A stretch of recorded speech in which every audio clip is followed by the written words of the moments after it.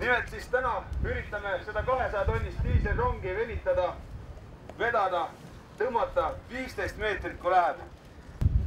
Nüüd laseme meestel siis minna siia alla raudteerelside peale, panevad ennast rakvendiga selle rongi ette.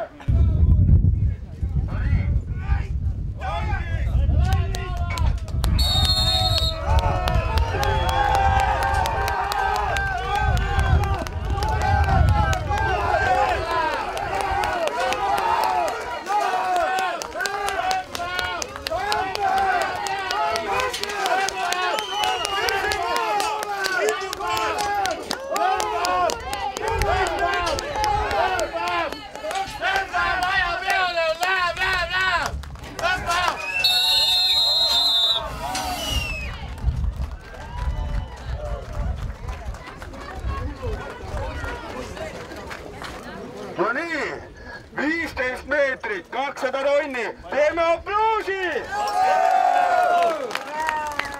Ja see, ja ajaks 28.13, 200 tonni, 15 meetrit.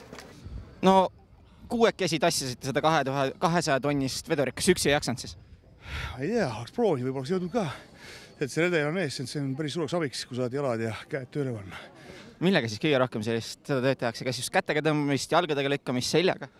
Siin see edu sõltub sellest, et koostöö, kui oskad jalad ja käed kokku viia, siis ongi tulemus käes ja hea tulemus. Meeste koostöö ka? Kuidas? Ja kindlasti.